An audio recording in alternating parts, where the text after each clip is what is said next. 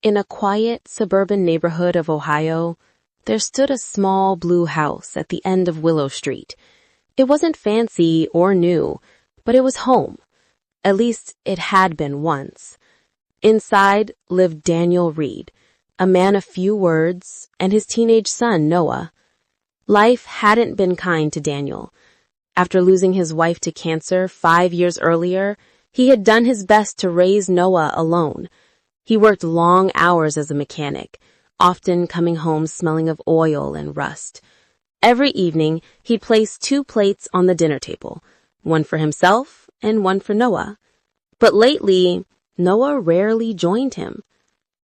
"Dinner's ready, bud," Daniel would call from the kitchen. "I'm not hungry," Noah's voice would echo from upstairs. Daniel would sigh, staring at the empty chair across from him, the one that used to be filled with laughter, stories, and arguments about school and baseball.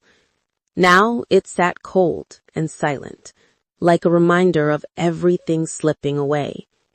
Noah was 17, smart, talented, but angry at the world, angry at the mother he'd lost, at the father who was always too tired, and mostly at himself for the pain he couldn't name. He spent most nights in his room, lost in music and video games, ignoring the world outside. One night, Daniel knocked softly on his door. "Can we talk?" Noah pulled off his headphones. "About what?" Daniel hesitated. "About us. I know things haven't been easy. No, Dad," Noah interrupted. "You don't get it. You think fixing cars fixes people too. It doesn't." The words stung. Daniel wanted to say something, anything, but the wall between them felt too thick, so he just nodded and quietly walked away. In the kitchen, he sat at the table and whispered to the empty chair. "I'm trying, honey. I really am." Weeks passed. The distance between them grew wider, like a slow-moving storm that no one could stop. Then one afternoon, Daniel received a call from the school. Noah had gotten into a fight. When Daniel arrived, he found his son sitting outside the principal's office, a bruise blooming on his cheek. "What happened?" he asked softly. Noah looked away. "Nothing, just drop it." Daniel clenched his fists, but he didn't raise his voice. Instead, he said quietly, "You can shut me out all you want, but I'm not giving up on you." Noah didn't reply. He just stared at the floor, feeling something twist inside his chest. Guilt, maybe, or shame. That night, as thunder rolled in the distance, Noah packed a small backpack. He couldn't stay anymore. The house felt like a cage, filled with old memories and quiet disappointments. He slipped out through his window and walked into the rain. Hours later, Daniel woke up to the sound of wind slamming the back door. Noah's room was empty. The note on the bed was short. "I need space. Don't look for me." Daniel grabbed his jacket and car keys, panic flooding his veins. He drove through the storm, calling Noah's phone again and again. No answer. By morning, he found the backpack, thrown to the side of an empty road near the bridge. And then he saw it. Noah's phone, cracked, lying near the guardrail. His heart stopped. "God, please no," he whispered, running toward the edge.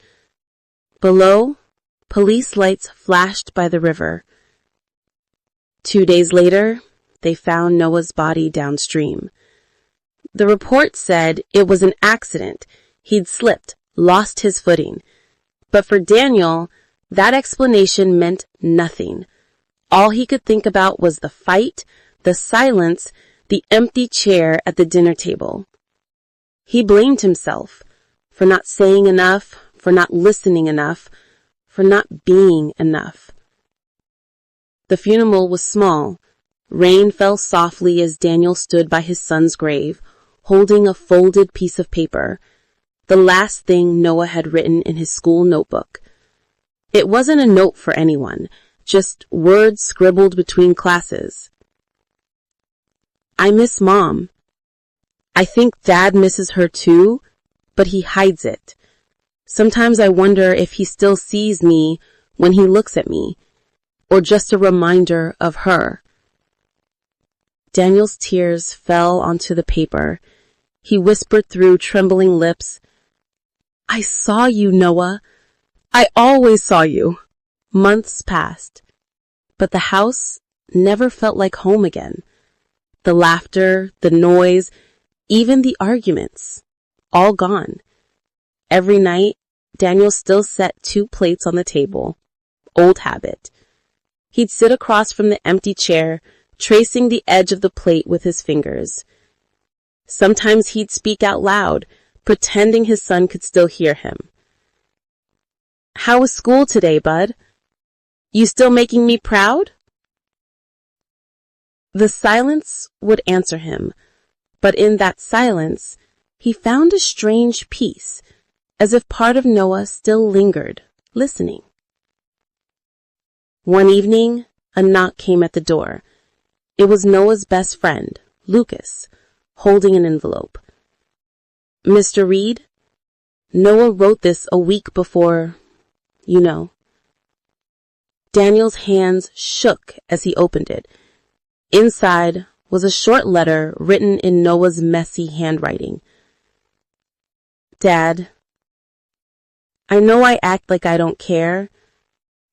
Truth is, I just don't know how to talk anymore. Losing Mom messed me up, and I didn't want you to see how broken I was. You tried so hard. You never gave up on me. I'm sorry for every time I walked away. If I could take it back, I would. I love you, Dad. Noah. Daniel pressed the letter to his chest and finally broke down, sobbing for all the words left unsaid, for the moments lost forever. That night, he placed the letter on the dinner table beside the second plate. He whispered softly, Dinner's ready, bud. The wind outside brushed through the curtains, making the candle flicker. And for just a second, Daniel could almost hear his son's laughter, faint, distant, but real.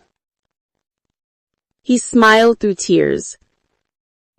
The chair across from him was still empty, but his heart, for the first time in a long while, wasn't.